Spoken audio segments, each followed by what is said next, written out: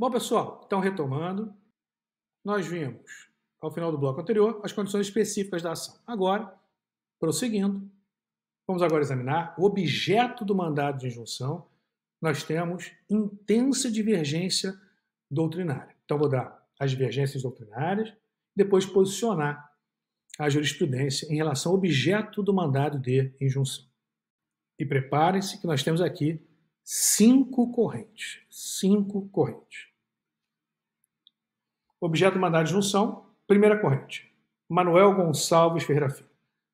O objeto do mandado de injunção seria a constituição do órgão remisso em mora, com a declaração da omissão inconstitucional e a cientificação do organismo competente para a adoção das providências necessárias, em se tratando de atribuições de natureza administrativa, para fazê-lo em 30 dias.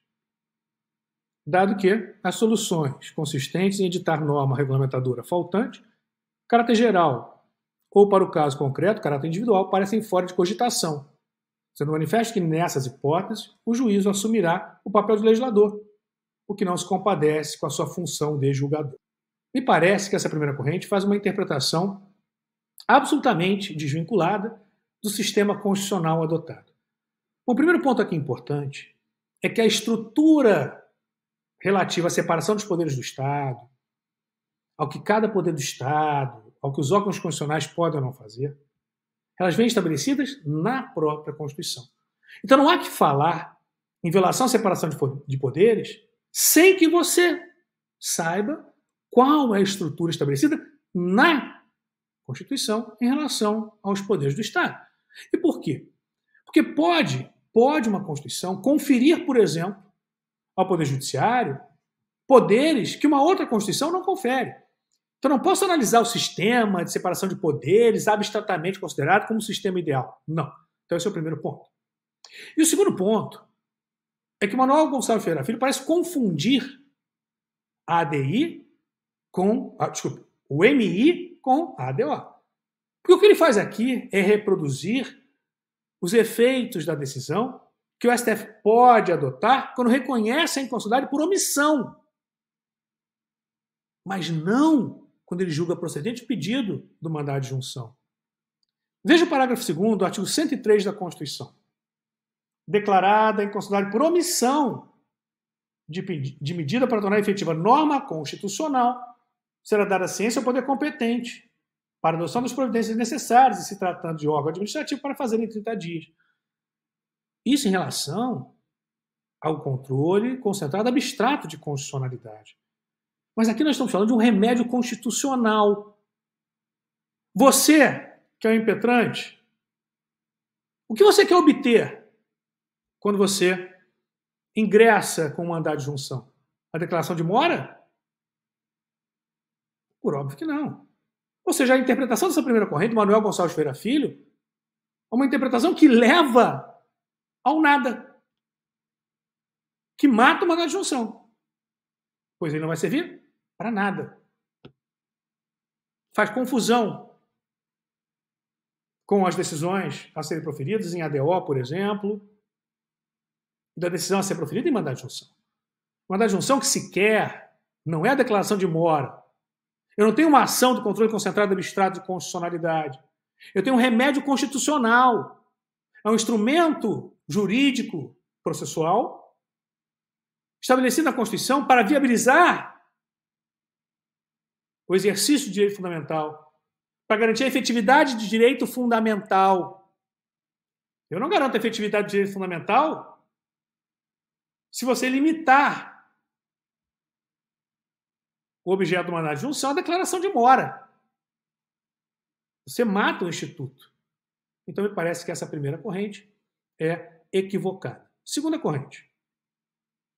Para o Derico Pires dos Santos, o objeto do mandado de injunção seria a fixação do prazo ao Poder Legislativo para a produção da norma regulamentadora, competindo ao Poder Judiciário, ao término do prazo, fixar as condições necessárias ao exercício do direito subjetivo constitucional.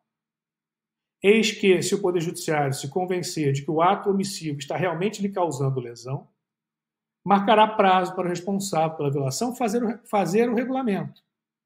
esgotado o prazo para a autoridade executiva ou legislativa tomar a providência que lhe compete, sem que o faça, deverá ser expedido o mandado de injunção, assegurando o impetrante o direito que se reclama.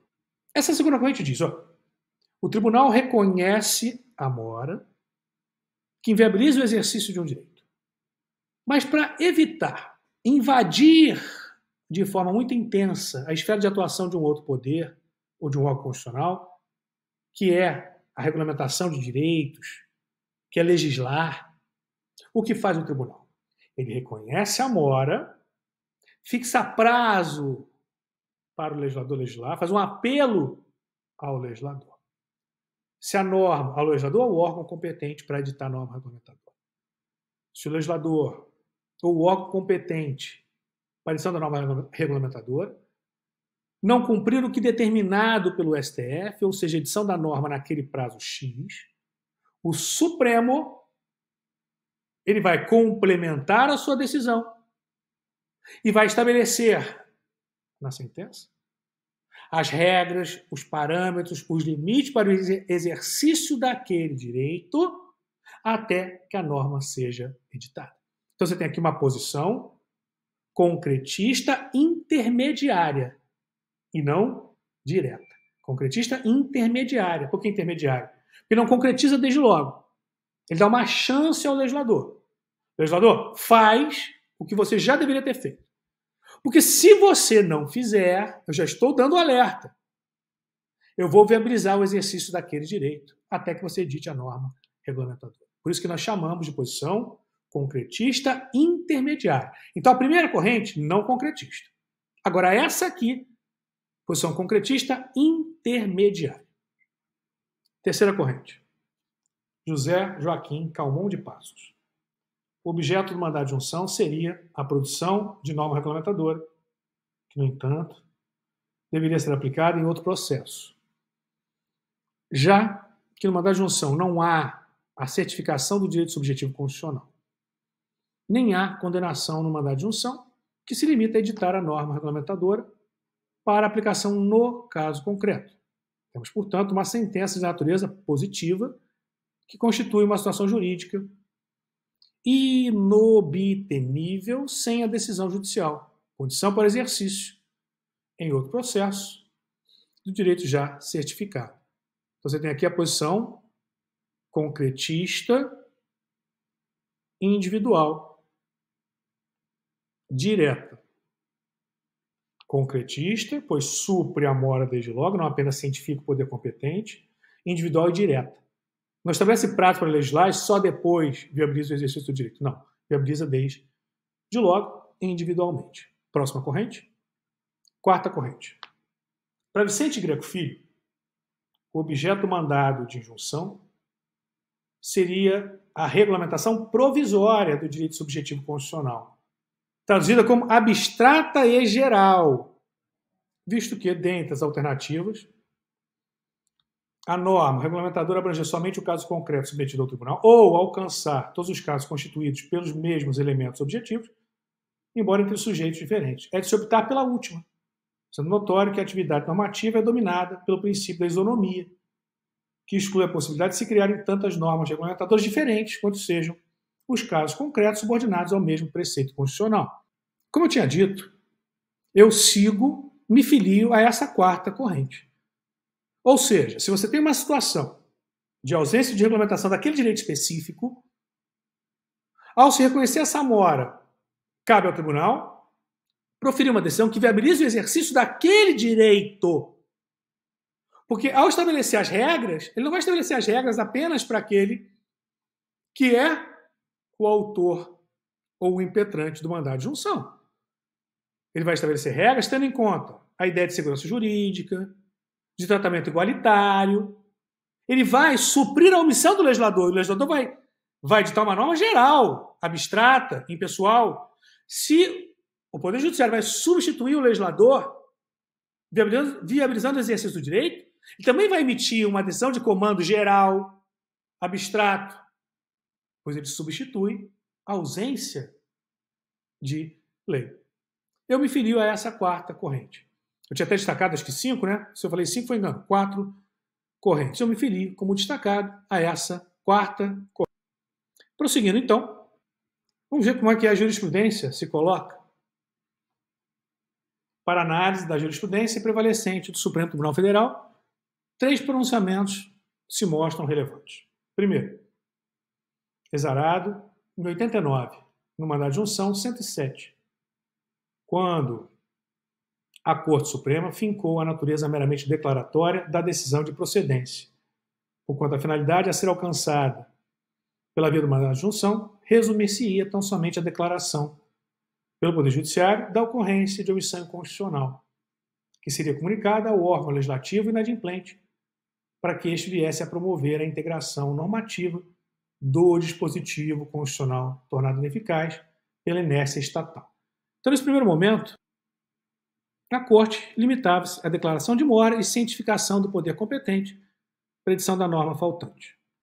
O segundo pronunciamento se deu em 91, no mandado de junção 283, quando o Supremo Tribunal Federal firmou a natureza condenatória da decisão de procedência, com estabelecimento de prazo para a purgação da mora e, caso subsista omissão normativa, facultando ao titular do direito subjetivo constitucional inviabilizado a obter, em juízo ou tribunal, pela via processual adequada, por outra ação, sentença ou acórdão líquido de condenação à reparação devida pelas perdas e danos que se arbitraram.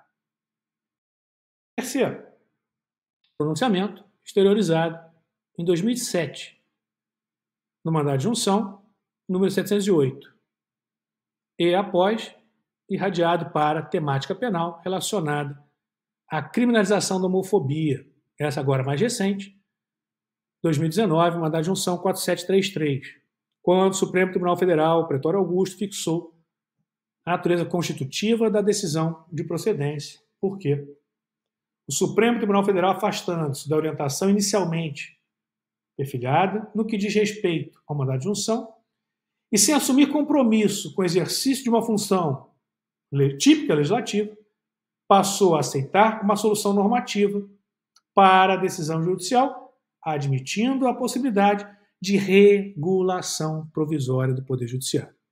Ou seja, admite-se atualmente que o tribunal não apenas reconheça a mora, cientifique o poder competente, estabeleça prazo para legislar, mas que ele desde logo, viabilize o exercício do direito que estava até então inviabilizado em razão da ausência de norma regulamentadora.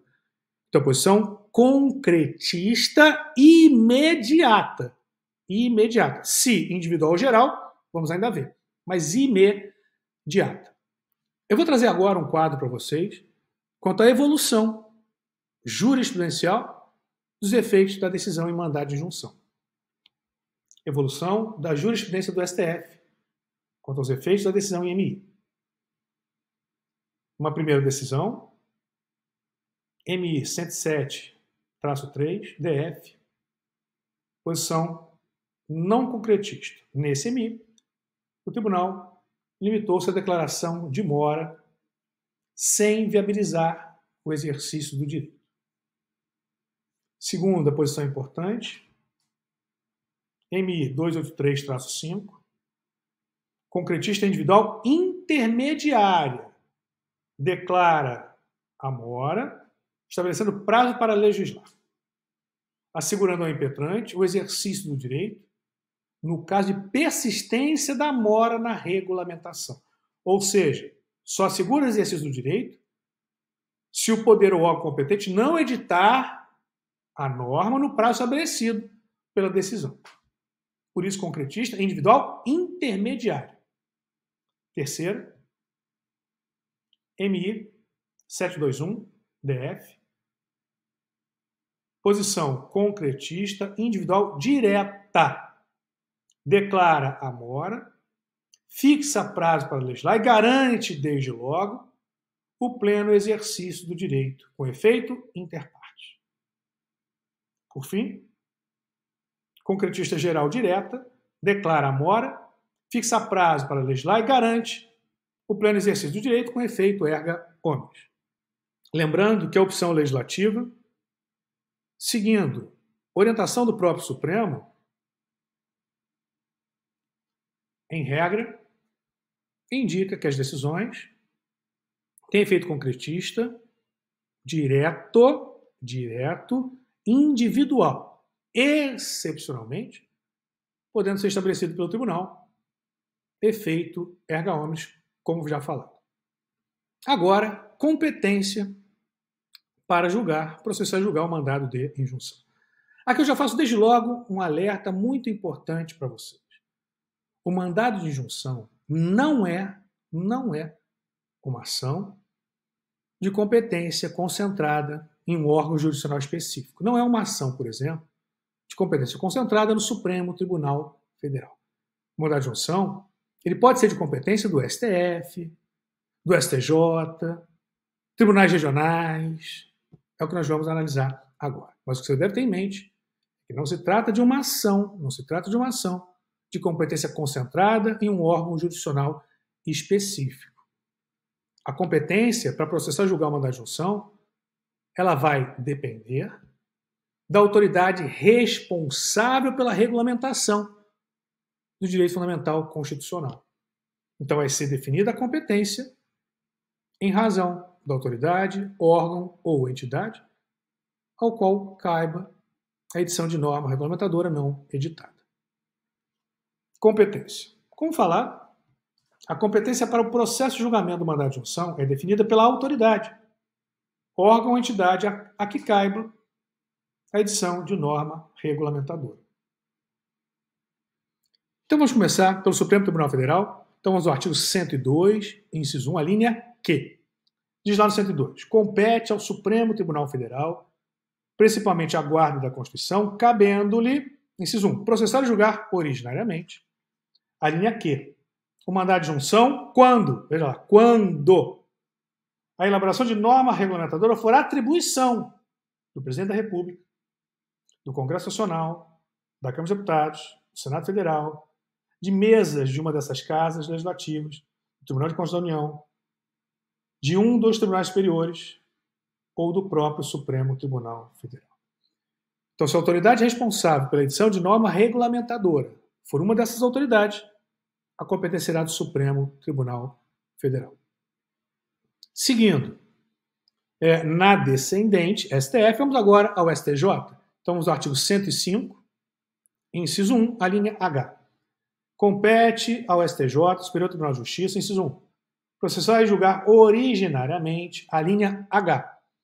O mandado de injunção, quando a norma ou a elaboração da norma regulamentadora for atribuição de órgão ou entidade ou autoridade federal, da administração direta ou indireta, excetuados os casos de competência do STF, da Justiça Militar, da Justiça Eleitoral, da Justiça do Trabalho e da Justiça Federal. Então, o STJ fica com a competência residual, excluída a competência desses demais órgãos jurisdicionais.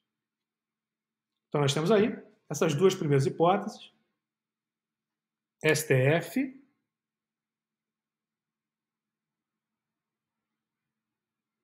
e STJ.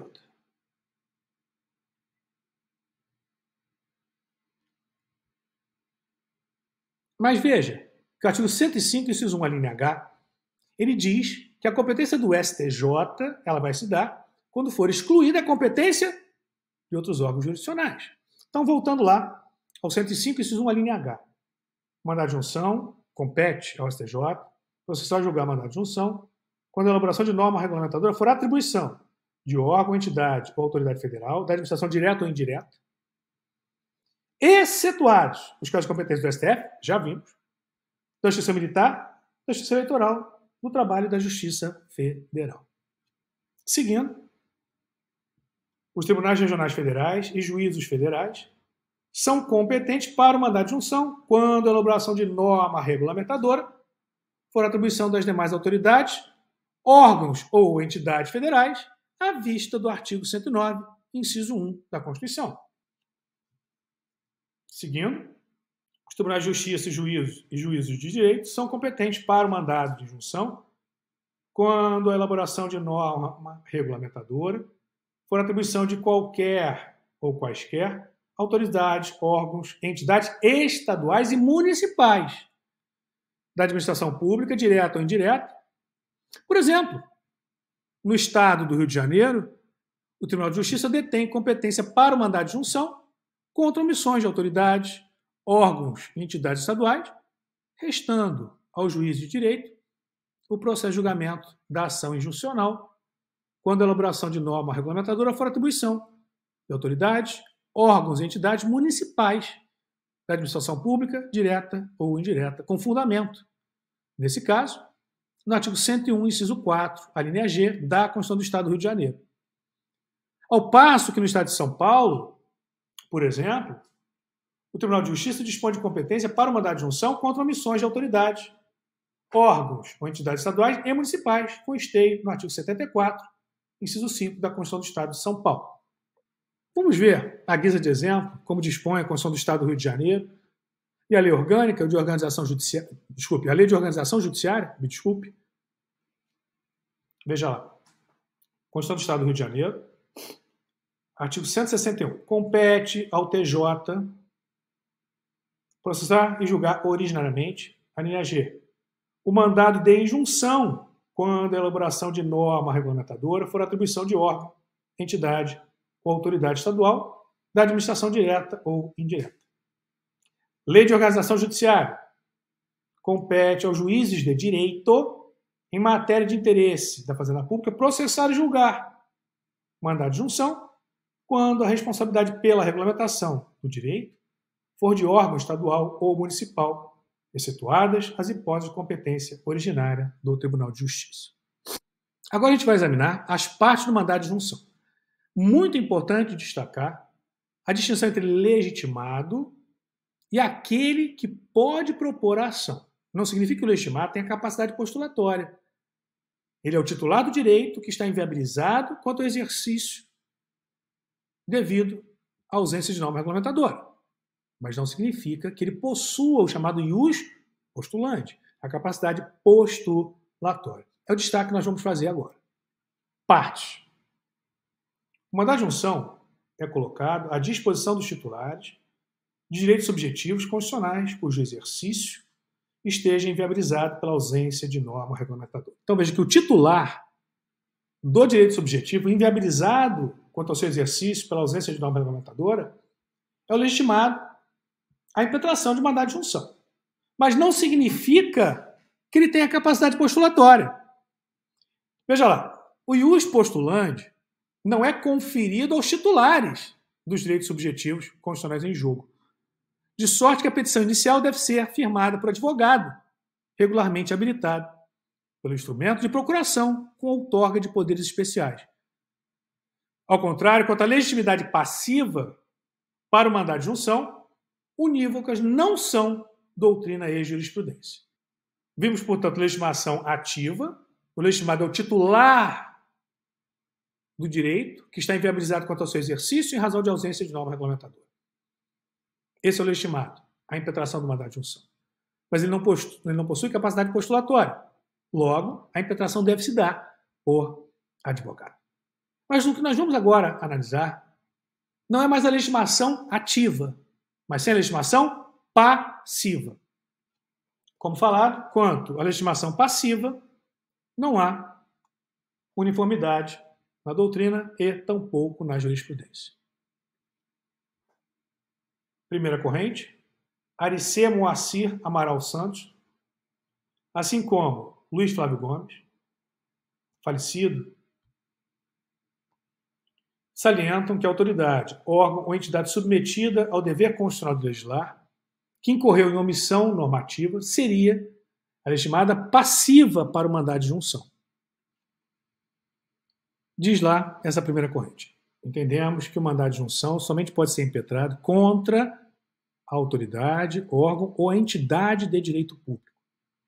Razão pela qual, no polo passivo da relação processual, deve figurar como autoridade, órgão ou entidade a qual competia emitir a norma regulamentadora ainda inexistente. Mesmo porque o impetrante, ao se valer da ação de mandado de junção, está reconhecendo a falta de norma regulamentadora. Desse modo, está concordando com a fundamentação do ato de resistência que tornou inviável o exercício de seu direito. Vamos agora à segunda corrente. Flávia Pelvezan, assim como Sérgio Bermudes, sentenciam que a pessoa natural ou jurídica, pública ou privada, devedora da obrigação prevista na norma constitucional de eficácia limitada e que inviabiliza o exercício do direito subjetivo, argumento de que não existe norma regulamentadora, vindo a suportar os encargos de eventual decisão de procedência, seria a legitimada passiva para o mandado de injunção. Dizem eles. Parece-nos que na ação de mandado de injunção, a legitimidade passiva recai sobre a pessoa natural ou jurídica, pública ou privada, que viria a suportar os efeitos da decisão de procedência. Não faria sentido chamar-se ao processo autoridade, órgão ou entidade a cuja inércia se imputa a omissão normativa, deixando de fora a parte contra a qual a pretensão é dedutível. Nem há motivo porque se haverá de trazer a autoridade, órgão ou entidade ao processo quando a sentença ou acordo concessivo da injunção limitará seus efeitos ao impetrante. Então, legitimado aqui, passivo é a pessoa natural ou jurídica, pública ou privada, que é aquela que vai suportar o ônus da decisão. Vamos agora à terceira corrente. Carlos Augusto Alcântara Machado, também no mesmo sentido, ex-ministro do STF, Carlos Mário da Silva Veloso, sustentam que a autoridade, órgão ou entidade responsável pela omissão normativa e a pessoa natural ou jurídica, pública ou privada, que impede o exercício do direito subjetivo constitucional em razão da inexistência de norma regulamentadora, em litisconsórcio passivo e necessário. Veja, na primeira corrente, o legitimado era a autoridade, órgão ou entidade responsável. Já na segunda, a pessoa jurídica que vai suportar o ônus da decisão. E aqui, tanto o órgão, entidade ou autoridade responsável, como a pessoa jurídica ou eventualmente natural que vai suportar o ônus daquela decisão, em litisconsórcio passivo necessário. Seriam os legitimados passivos para o mandado de injunção. Dizem esses autores, sustentamos a tese de que está legitimado passivamente para a ação do mandado de injunção a pessoa física ou jurídica, pública ou privada, que deva suportar os efeitos da sentença. Ademais, o órgão omisso, o Congresso Nacional, por exemplo, que deve efetivar a regulamentação, que deve emitir a norma regulamentadora, deve participar como litisconsorte passivo necessário, tendo em conta que o mandado de injunção deve ser requerido contra a pessoa natural ou jurídica, pública ou privada, que deva suportar os efeitos da decisão, que atuará em litisconsórcio com a autoridade, órgão ou entidade incumbida da elaboração da norma regulamentadora, fixando esta a competência do órgão julgador. Vimos as correntes doutrinárias, vamos agora à jurisprudência. A jurisprudência do STF, do STJ, do Tribunal de Justiça do Estado do Rio de Janeiro, por exemplo, de acordo com o artigo 3º, enfim, da Lei 13.300 de 2016, tem consignado que o mandado de injunção se dirige às autoridades, órgãos ou entidades que se pretendem omissos quanto à regulamentação que viabilize o exercício dos direitos subjetivos constitucionais, não se configurando assim hipótese de cabimento de litisconsórcio passivo entre organismos públicos que deverão, se for o caso, elaborar a regulamentação, e particulares que, em favor do impetrante do mandado de injunção, vierem a ser obrigados ao cumprimento de norma regulamentadora, quando vier esta, em decorrência de sua elaboração, a entrar em vigor.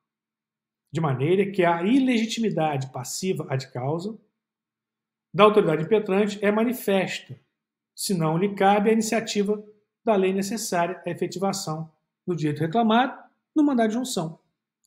Se a providência requerida no mandado de injunção não se insere nas atribuições do impetrado, impede julgar o impetrante carecedor da ação intentada, em face.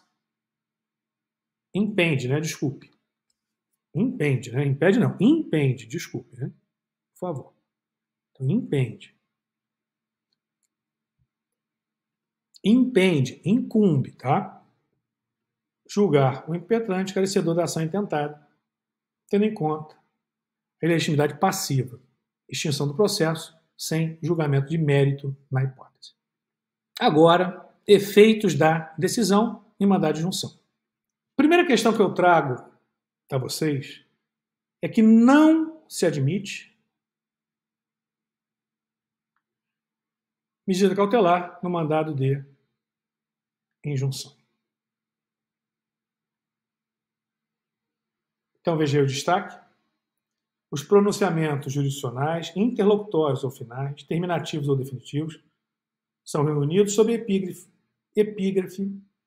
tutela de urgência, tutela de mérito. Sob a tutela de urgência, não é admissível medida cautelar no mandado de injunção, da mesma forma que o ajuizamento de ação cautelar incidental ao mandado de injunção, pela impropriedade do provimento liminar em sede injuncional. E por que não cabe medida cautelar em mandado de injunção? Porque a própria decisão final é uma decisão provisória. Que é uma decisão que só permanece eficaz para a regulamentação daquele direito enquanto não editar a norma regulamentadora. Então perceba que eventual medida cautelar seria provisória da provisória. Alguns até defendem, em situação absolutamente urgente, que pudesse ser deferido medida cautelar em mandado de junção, mas não é a orientação jurisprudencial e tampouco existe previsão legal quanto a essa possibilidade. Sobre a tutela de mérito, a decisão de procedência pode ser meramente declaratória, caso a sentença ou acórdão resulte na constituição do órgão remisso em mora. Pode ainda ter essa natureza condenatória caso a sentença ou acórdão regule as condições de exercício do direito subjetivo constitucional ao término do prazo judicial para a elaboração da norma regulamentadora. E pode ainda ter natureza constitutiva,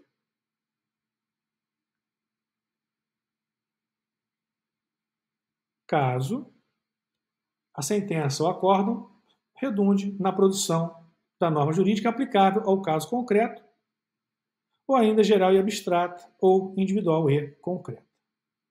Como falado, a regra é que a decisão seja concretista e individual direta.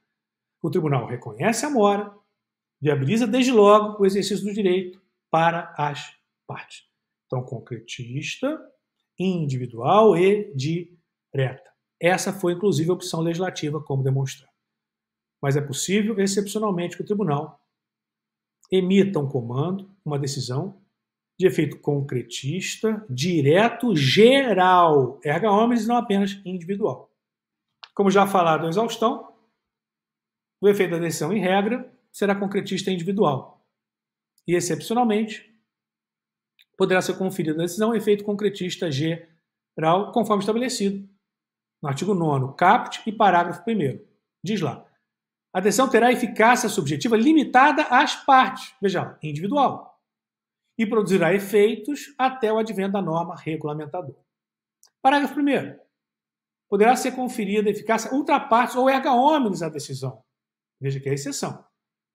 Quando isso for inerente ou indispensável ao exercício do direito, da liberdade ou da prerrogativa objeto da impetração. Como visto, a lei adotou a teoria da resolutividade, que já vinha sido praticada pelo STF. O Supremo, portanto, formula a norma regulamentadora para o caso concreto, viabilizando o exercício do direito, ou determina a aplicação, por analogia, de normas já existentes que regulem situações semelhantes. Podendo, como falado, o regulamento estabelecido pelo Supremo para o exercício do direito ter alcance erga omnes. Vistos os efeitos da decisão, agora, para encerrarmos, um quadro comparativo entre ação direta de inconstitucionalidade por omissão e mandado de injunção. ADO e mandado de injunção. Natureza jurídica. ADO é uma ação do controle abstrato de constitucionalidade processo de natureza objetiva. MI é um remédio constitucional, processo de natureza subjetiva. Segunda distinção, fundamento. ADO, artigo 103, parágrafo 2º da Constituição, combinado com a Lei 9868 de 99. Já o MI, artigo 5º, inciso 71 da Constituição e Lei 13.300 de 2016. Competência. ADO, ação do controle concentrado, competência concentrada no Supremo. Mandado de junção, a competência não é concentrada. A competência é racionem persona. Depende do responsável pela edição do ato faltante. Parâmetro de controle. ADO, qualquer norma constitucional que dependa de regulamentação.